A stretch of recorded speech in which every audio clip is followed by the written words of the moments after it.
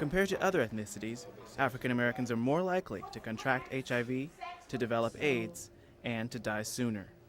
We're past the state of emergency. I don't even know what you call it. We're at the point of disaster. We should all be up in arms right now. The community is responding much slower than I'd like to see. There are no simple reasons why. Instead, experts point to a long list of social and cultural factors that contribute to the epidemic. As strong of a nation as we are, we still suffer from low self-esteem. When you don't feel good about yourself, you involve yourself in risky behaviors. That includes unprotected sex, drug use, alcoholism. I'm gonna tell you what's going on. Let's say I walk down the street right now into a group of 10 youngsters. Their whole mind is, that doesn't apply to me. All the women that I mess with, oh, she's too fine, she's too cute, she smells good. Oh, it doesn't apply to me. That's their whole thing. It won't happen to me because I don't look like those people that get HIV or AIDS. You know, I'm not the gay black man that, you know, is effeminate, or I'm not the injection drug user that you see on the street. In its 20-year history, the face of AIDS has changed. Years ago, people saw it as a gay white man's disease, but now the numbers are largest among men and women of color. One of the new faces of AIDS looks like Cheryl Johnson. I actually am living with HIV myself, and I was diagnosed 7 years ago, and I'm a product of the down low. The down low, or DL for short, in Atlanta and Oakland, it's the code word for a population of men who have sex with men but want to keep it a secret. I was involved in a relationship with a man who, unbeknownst to me, was having sex with men, and that's how I got infected, through unprotected sex with him. The DL includes men who are bisexual, men who experiment, and men who may be confronting issues around their sexuality. These men identify as heterosexual, so the messages crafted for gay men don't ever reach them. And many DL men belong to another group of African Americans. We have a lot of brothers who have been incarcerated, and they come out of being incarcerated and come into the community, and they want to assimilate as quickly as possible. They want to be considered normal, and I'm back and everything's fine. But there were activities that went on while they were incarcerated that they don't want to talk about. And so they come out and they get back together with girlfriends, or they get new girlfriends, or they come back home to their wives, and they engage in unprotected sex, and they're passing this disease. And that's a reality. Another reality is the numbers of women with HIV and AIDS. The Center for Disease Control says African American women account for 64% of the newly reported cases of AIDS among women. At Morehouse School of Medicine, Dr. Eileen Yancey has been working for 5 years on a study of more than 400 African American women living with HIV in Atlanta.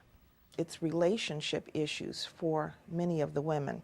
Her results show that women often knowingly choose to hold on to a relationship even if it means having unprotected sex.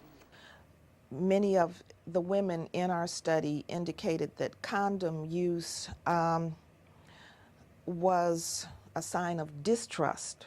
If you trust your man and he says that he is not having sexual relationships with anyone else and that he's not HIV positive, then there's no reason to use condoms.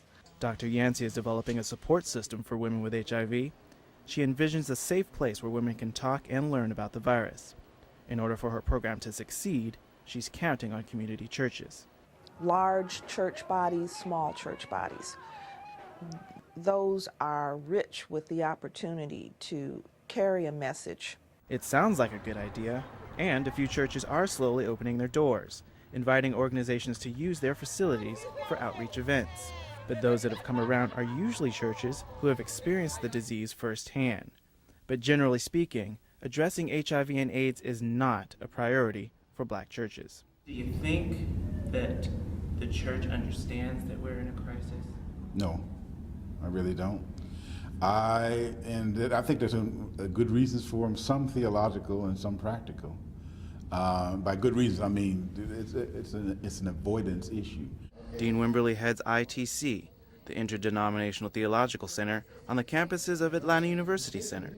He and his colleagues do recognize that numbers for African Americans with HIV and AIDS are high, but Wimberly says that what the church will and won't discuss is a delicate matter.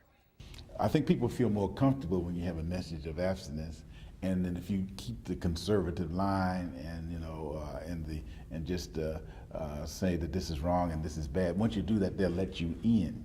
ITC's health office has developed a curriculum based on abstinence to educate families about HIV and AIDS. Now the question is, what do you do when you get in? Then you can begin to talk about the AIDS thing. This sounds like a logical step, but how can the conversation go forward when it only discusses abstinence? I'm going to minister to you effective things that take sacrifice.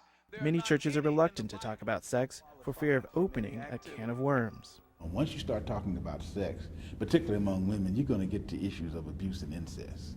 I mean, so, if you don't know what you're doing when you're dealing with that kind of stuff, you best either put blinders on or ignore it, because that stuff is going to come forward. It's going to happen the same with men. Some advocates say sex talk is not the real issue. The church needs to wake up and realize that this is a health crisis, not a sex crisis. And when they do that, they'll be able to impact the community. And some community members say they really need support. When you test positive, like I did, you need God in the situation. Just to keep your sanity, you need God. Even Dean Wimberly knows that the problem of getting churches involved goes deeper than talking about sex. It goes to the problem of homophobia. All of us are recovering. Well, I call it. I'm a male. I call him a recovering. What homophobic, I guess. Yeah, right. Yeah. I'll own that. Right. Yeah. Homophobia has made it hard to find safe spaces to discuss sexuality in churches and elsewhere. A group at Morehouse College is hoping to change that. These students meet regularly to create a safe space for gay and gay-friendly students. They invited Aid Atlanta to campus for a talk. Here, students got answers to their questions. Is it wrong to inform your friends about somebody that you know about? And learned from people who freely told their stories. And here's the thing. I've never in my life been to a sex party. I've never in my life had a hookup off of the internet. I've never been in the bookstore. I don't know where the trails at Piedmont Park are. I don't do hustlers off of Cypress Street. I don't do the things, never done IV drug use. I don't do the things that I always associated with HIV. But now it's my story. In forums like this, community organizations, volunteers, and other small groups are reaching out. They've gone into the community with poetry events and street jams, inviting families to eat and get tested. More than 20 years into this crisis, people are of the attitude of, I've heard it all, I don't want to hear it again. I know how to protect myself, we don't have to go through that.